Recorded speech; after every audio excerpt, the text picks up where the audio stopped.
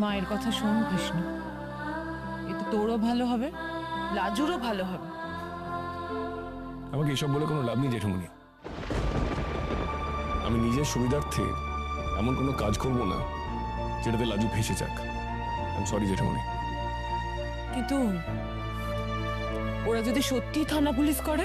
এখানে পুলিশের কোনো কাজ নেই। এটা কোনো ক্রিমিনাল অ্যাক্টিভিটি নয় যেখানে পুলিশের কোনো ভূমিকা থাকবে। পুলিশ ডাকলে আমি যাব। জেঠুমনি, আমি কোনো অন্যায় করিনি, লাজুও কোনো অন্যায় করেনি। সব নোংরা লোকেদের কথায় আমরা ভয় পাবো কেন?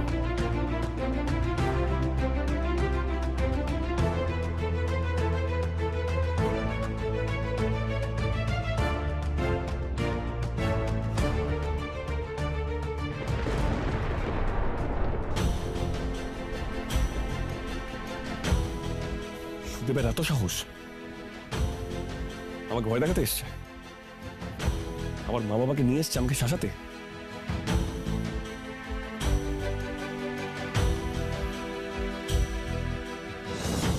মা বাবা এত কিছু ভাবতে পারে না।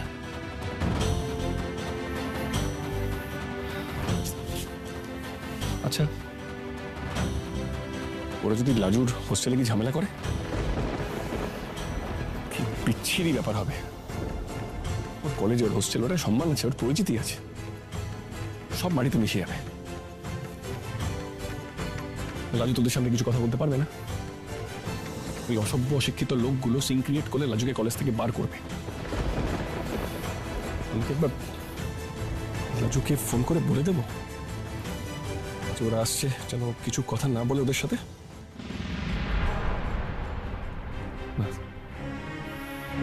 আচ্ছা, আমি কি একবার ওর প্রিন্সিপালকে ফোন করবো যেন উনি লাজুর হোস্টেলের অ্যাড্রেস না দেন ওদেরকে?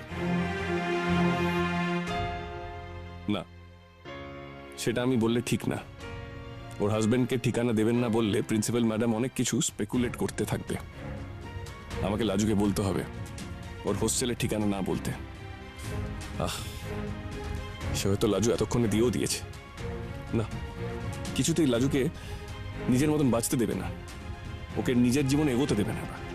নিজেরা সব কুয়োর ব্যাং, কারো উন্নতি ওদের সহ্য হয় না। ওই রান্নাঘরের অন্ধকারের জীবনে লাজুকে টেনে না নিয়ে এলে ওদের শান্তি নেই। না, এইভাবে ছটফট করে কি হবে? লাজুকে আমাকে সাবধান করতে হবে।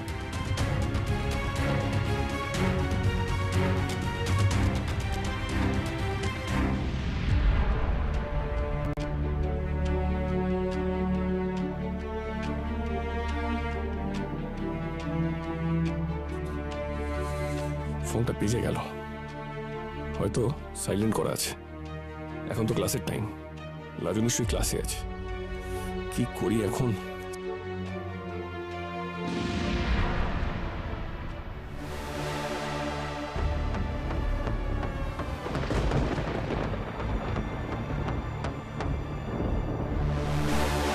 কি প্ল্যানটা ফেল হয়ে গেল?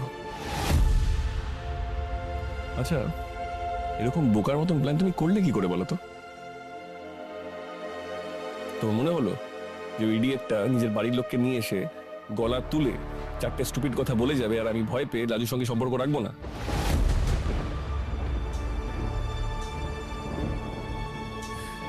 তোমার কাছে কোনো প্রমাণ আছে অনুভব যে আমি সুধীরের বাড়ির লোকজনকে বলেছি, ওকে বলেছি এখানে এসে কথাগুলো বলতে? সবসময় প্রমাণের দরকার পড়ে না। একটা ছোট বাচ্চাও বুঝতে পারবে যে এই বুদ্ধি ওদের মাথা থেকে বেরোতে পারে না।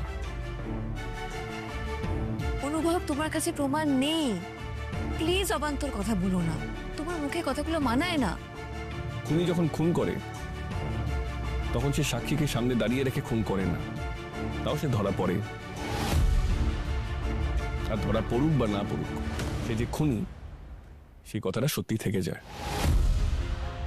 ঠিক যেভাবে এটা সত্যি যে সুদেবকে বারবার উস্কানোর পেছনে রয়েছে তুমি, শুধুমাত্র তুমি।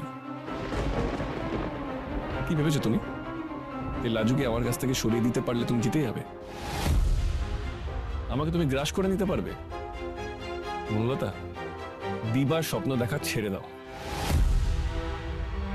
আমি কোনোদিনই তোমার প্রতি দুর্বল হব না।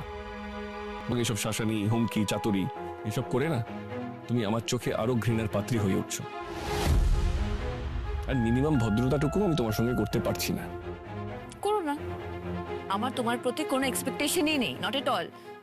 আমার তোমার মাকে দেখে খারাপ লাগে, তোমার ফ্যামিলির লোকজনকে দেখে খারাপ লাগে, ওরা তোমাকে পই পই করে বোঝাচ্ছে অনুভব। আমি তোমাকে এত করে বোঝানো, তুমি তাও শুনছো না, মাথায় ঢুকছে না, এতটা গ্রাস করে রেখেছে গেছো তোমাকে। ও রিলি? তুমি আমার বাড়ির লোকের ব্যাপারে এতটাই কনসার্ন? আচ্ছা আচ্ছা বনলতা, তোমার যে আমার বাড়ির লোকের ব্যাপারে এতটা কনসার্ন, সেটা কি শুধু লাজু রিলেটেড নাকি ইন জেনারেল? মানে আমি এই বাড়ির লোকেদের প্রতি কনসার্ন নই, এটা তোমার মনে হয়?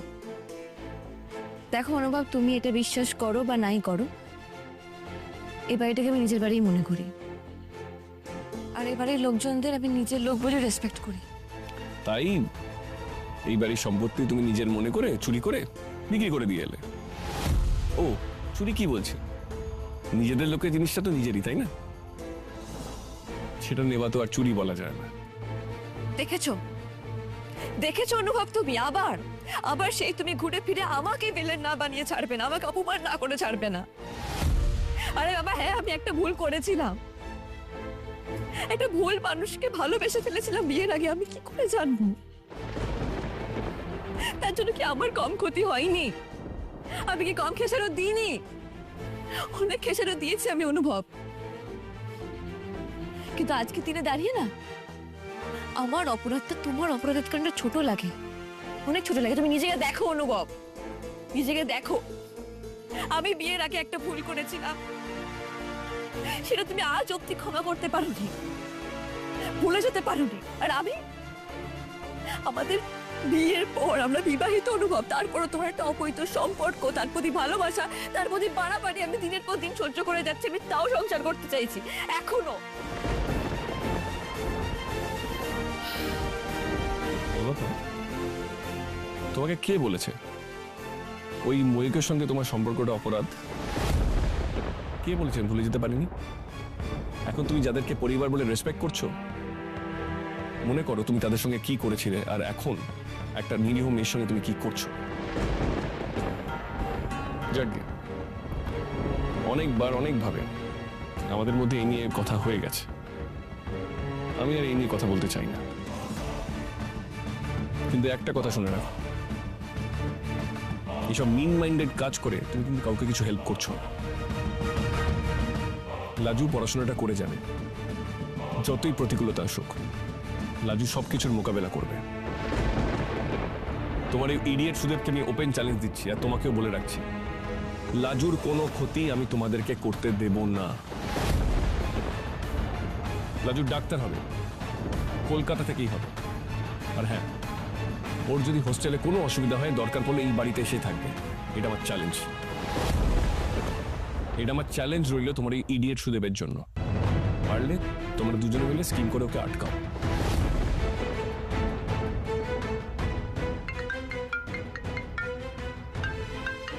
হ্যালো, কে বলছেন? হোয়াট? থানা থেকে ফোন করলো নাকি? সুদীপটা তাহলে এখান থেকে বেরিয়ে থানায় গেছে।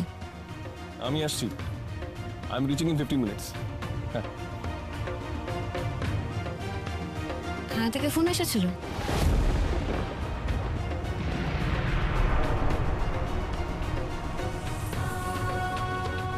তোমাদের নেক্সট স্টেপটা এরকমই ছিল নিশ্চয়ই। মানে তোমার আবার সেই এক সন্দেহ অনুভব? আরে বাবা, সুদীপই তো বারবার বলছিল না থানায় যাবে, তাই আমি ভাবলাম।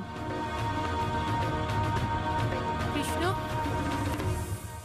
কৃষ্ণ আমি বেরোচ্ছি, আমি এসে কথা বলছি। কোথায় যাচ্ছিস? আরে কোথায় যাচ্ছিস তুই?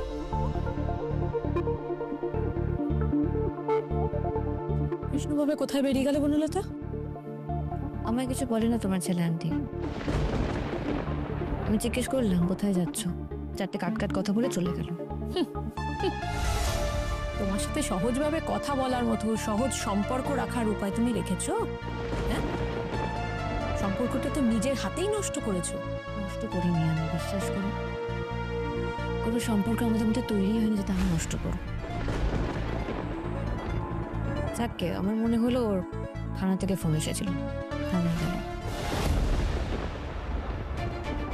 থানা? থানায় গেছে কেন বলছো? সুদীপের বাড়ির লোকরা কি থানায় গেছে? আমি জানি না, একটা ফোন এলো হঠাৎ করে, কিরকম কাট কাট করে কথা বললো অনুভব, তারপর বেরিয়ে গেল। দেখলেই তো, আমার মনে হয় ওদেরই লোক ওকে ডেকে পাঠিয়েছে। আমি জানতাম আজকে এরকম কিছু একটা করবে বলেই ওরা এখানে এসেছে।